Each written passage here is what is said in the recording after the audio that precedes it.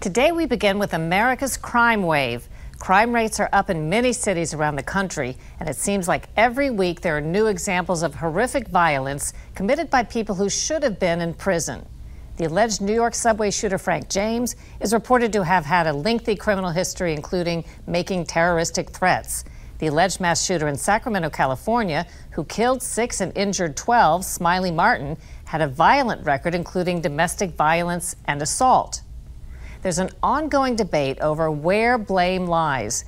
Today we investigate whether soft on crime policies could be at fault or if that's a figment of political imagination. From rampant smash and grab crimes to the woman pushed in front of the subway in New York City.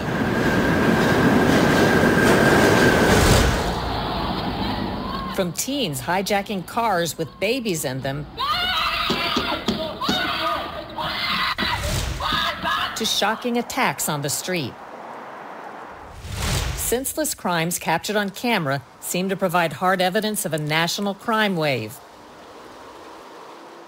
In your experience, is there a real increase in crime that we're seeing, or is this more perception than anything else? No, I'm seeing it is definitely an increase in crime. Robert Conti is police chief in the nation's capital, where, like other cities, graphic examples are piling up. Their teams. Oh my God. An Uber driver is killed when 2 children steal and flip his car. These girls stole the car. The girls responsible get sentenced to juvenile detention. An 11-year-old boy shot in the head, a 6-year-old girl shot and killed, 5 others wounded. You have any thoughts about some things that could be done? There are many jurisdictions all around our country. You'll find people walking the streets who have been accused of committing a murder, but they've been released with an ankle monitor on, a home confinement or something like that. There was a case not long ago here where a person had been released, and got an email from the victim's father who said, hey, how is it possible that this person is out? Like, why is this person out? And that's mind-boggling to me. But unfortunately, it's not just a thing that happens here in Washington, D.C. It happens in jurisdictions all around our country. In Los Angeles, Sean Smith had a dozen arrests on record and a current arrest warrant when he allegedly stabbed to death store employee Brianna Kupfer.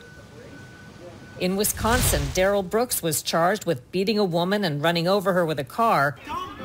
2 days later, out on bond, Oh my God. he drove an SUV through a Christmas parade, killing 6 people and injuring more than 60. Critics increasingly blame a major shift in criminal justice policies backed by millions of dollars from billionaire activists like George Soros and Mark Zuckerberg. The efforts are led by groups such as Fair and Just Prosecution, which tells Full Measure there are about 70 reform prosecutors on the same mission nationwide. They're accomplishing it through such policies as reducing prison sentences, dialing back on prosecution of misdemeanors and juveniles, and bail reform. Can you explain what bail reform is? Corey Brown is undersheriff at the Monroe County Sheriff's Office in Rochester, New York. You know, in New York, bail was messed up for a long time. So somebody could commit a low-level crime, and because they had no money, they'd stay in jail, where somebody that had money got out of jail. Everyone agreed that it absolutely had to be fixed. But when they fixed it, they changed it so for many crimes, people are not going to jail at all. And what that has happened is judges have taken that and gone even further. So now we're getting people that are in possession of a weapon that are immediately released. Amid the reforms, the city of Rochester broke a record for murders in 2021. 81 is an all-time high. So now that the fact that 81 people lost their life in the city of Rochester last year, it's unacceptable. We can't, as a society, accept that. Now a growing number of prosecutors implementing criminal justice reforms are finding themselves in the crosshairs. The district attorneys where Kupfer's stabbing and the parade massacre occurred are now targets of citizen-led recall efforts to boot them from office.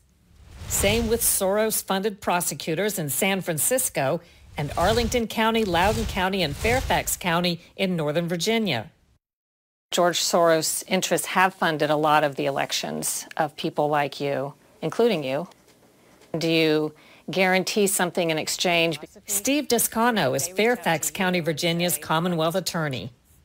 Well, I'll say, first of all, I've never met Mr. Soros, and I believe an organization that may be funded through one of his foundations reached out to me because they saw that I had like-minded values from what they wanted to see out of our justice system. I can tell you that there were no promises made. We got a lot of support in county from people who wanted change. We have support in the community because of what we were trying to do, and support from outside just help us amplify our message, not create our message. People from the outside, when they hear about these policies, sometimes it starts to sound like you're serving the criminal more than you're serving the community. I think that some people, many people, have that misimpression that reform prosecution is all about helping defendants. And it's really, though, about community safety. But in many ways, you improve community safety by helping defendants. Descano argues that in Fairfax County, the reform policies under attack have led to measurable success. Tell me about your results. The results I'm very, very pleased with. Crime in Fairfax County is down 9.6% year over year. So according to the stats, 3,187 fewer victims last year. Robbery fell by 1%, domestic assaults 4%, but 40% more murders. 21 murders in 2021, 15 in 2020. Let me say, first of all, a single murder is too many. Because while 21 murders is 21 too high, we are the safest jurisdiction of our size. We have 1.2 million people, and to only have 21 murders is quite extraordinary. But do you think there has been a real increase in violent crime and homicides around the country? Or is this something that's being ginned up, and the statistics, if we examine them further, wouldn't really match up?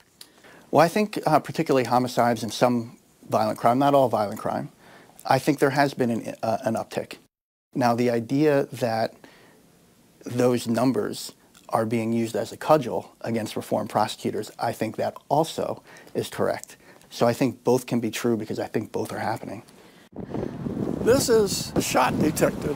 With the debate very much open, we visited the heart of a notorious crime-ridden Washington, D.C. neighborhood to meet up with community activist Robert Woodson. It does nothing to prevent it from happening. But this is where we're spending our money. Billions of dollars have been spent, maybe trillions over the years, providing programs and things to help solve the very issues we're talking about. In the last 50 years, the government has spent $22 trillion to address problems like this. 70 cents of every one of those dollars goes not to the poor, but to those who serve the poor. We've created a commodity out of poor people. So you got a lot of professionals make a lot of money. The worse the problem gets, the more their funding goes up, and the more the people in these communities suffer. Would it be fair to say that in a way there's a commodity surrounding crime too? Oh yeah. I think that you got people on both the left and the right. The people on the left say, well, it's injustice, racism, and therefore we must train white people to be less racist, and then you'll have less problems, which is false. And there are people on the right who also point to the problems and complain. They are part of the race grievance industry too. Give peace a chance. Right. And so Here in this D.C. neighborhood, a group of men, ex-cons, shooting victims, young fathers, are meeting as part of a special conflict resolution program. They're not focused on how crimes are prosecuted, but on how to prevent them in the first place. I done had murder charges, drug charges, been shot, been through the whole circle of that street world. Among all the discussion about causes and solutions, not one person here blamed outside factors. But the answer is in you all. It's in you. It's in y'all. You're the solutions to the problem. I done been shot at, I done did a lot of things to people that I'm not proud of. But the thing is, I'm put here today. I never thought I'd be sitting here today trying to give out positive Feedback. Everybody just want to be self-sufficient. I want this program to help me be self-sufficient in ways that I'm not. And you notice the issue of race never came up? They didn't talk about injustice. They talked about personal responsibility. They talked about resilience. There's little doubt America will continue the heated discussion about crime and punishment, or lack thereof, and where the ultimate answers lie. People need to know that we are serious as a nation about this. When you commit a violent crime, there are consequences that are associated with that. And the same way how y'all doing it for me, I'm gonna do it for the next generation coming up. That's right. That's change the narrative, and that's what I do. And that's what A special election to recall the San Francisco district attorney who was elected in 2019 with funding from Soros is scheduled for June 7th.